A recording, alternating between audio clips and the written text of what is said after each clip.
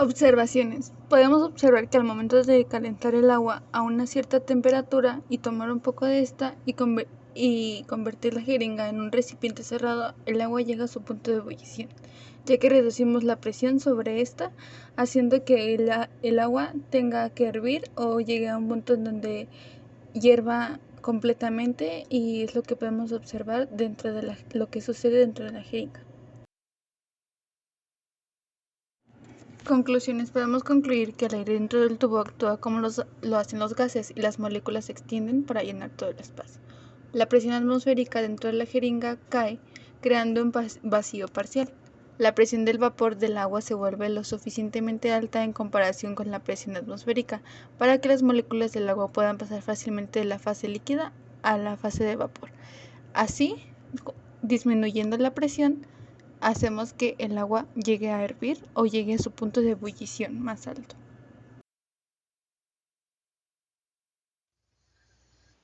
Mis observaciones fueron que el agua hierve de acuerdo con la presión atmosférica. Lo que sucedió dentro de la jeringa al sacar el émbolo redujo la presión atmosférica ejercida, aumentando así la presión del sistema de la jeringa, por lo cual, si el agua hierve comúnmente a una atmósfera, al reducir la presión atmosférica, ésta hervirá a una temperatura más baja. Otro fenómeno observado fue el hecho de que el líquido contenido en las paredes de la jeringa no se derramaría, aunque uno colocara la jeringa boca abajo. En este caso se presentó una compresión en el aire contenido.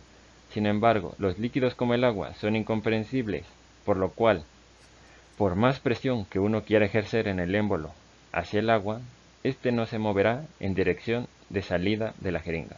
Esto conlleva el principio de Pascal, donde dice que si se hace presión en un punto de una masa de líquido, esta presión se transmite a toda la masa de líquido.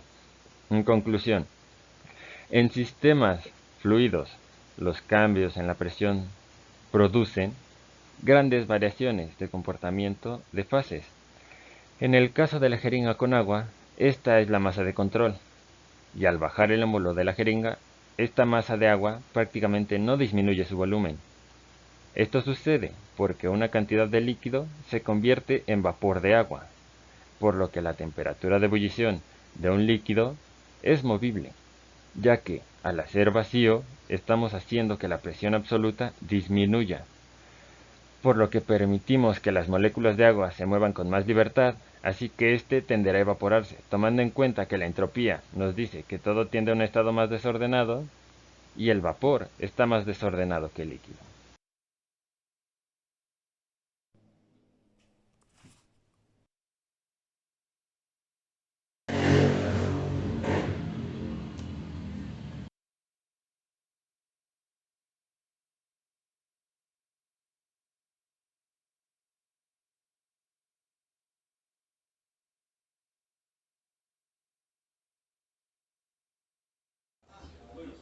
Lo que se observa es el agua hirviendo debido a la disminución de la presión dentro del contenedor.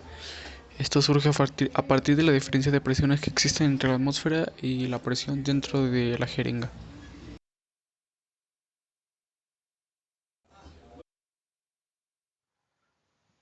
Observaciones. Una vez que tenemos el agua dentro de la jeringa y estiramos el émbolo de esta, pues lo que ocurre dentro de ella es que el agua comienza a hervir o bien llega a su punto de ebullición a los 40 grados centígrados. Y esto se debe que al tirar del émbolo la presión atmosférica dentro de la jeringa disminuye, creando un vacío parcial. La presión de vapor del agua se vuelve lo suficientemente alta en comparación con la presión atmosférica, para que las moléculas de agua puedan pasar fácilmente de la fase líquida a la fase de vapor, lo cual reducimos la presión que se ejerce sobre el agua y sus moléculas necesitan menos energía para hervir. Conclusiones. Como podemos recordar en lecciones anteriores, el agua sometida a una presión de una atmósfera llega a una temperatura de 100 grados centígrados. En este experimento observamos el punto de ebullición del agua a los 40 grados, y eso se debe gracias a que cuando la presión atmosférica disminuye por el vacío que se crea dentro de la jeringa, y lo cual las moléculas ocupan o necesitan menor cantidad de energía, esto disminuye la capacidad de calentamiento o de temperatura para que llegue a su punto de ebullición. Conclusiones. Observaciones. Bueno, a la hora de hacer el experimento con una menor temperatura a la que está recomendada, pues pude observar que el agua no llegaba a su punto y no ni siquiera interactuaba. Otro caso también podría ser que a la hora de yo intentar hacerlo con la jeringa de forma que esté hacia arriba, el agua tampoco producía nada, porque al entrar aire, pues no estamos haciendo ningún tipo de vacío y por eso mismo es que llegué a la conclusión de que necesitamos un recipiente totalmente sellado para que así esté el agua con la presión adecuada. Bueno, y ya para acabar, las conclusiones, pues sería que es un poco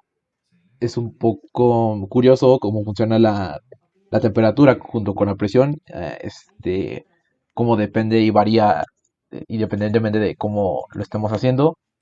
Y pues sin lugar a dudas, pues está presente en casos de la vida cotidiana que ni siquiera nosotros nos imaginamos.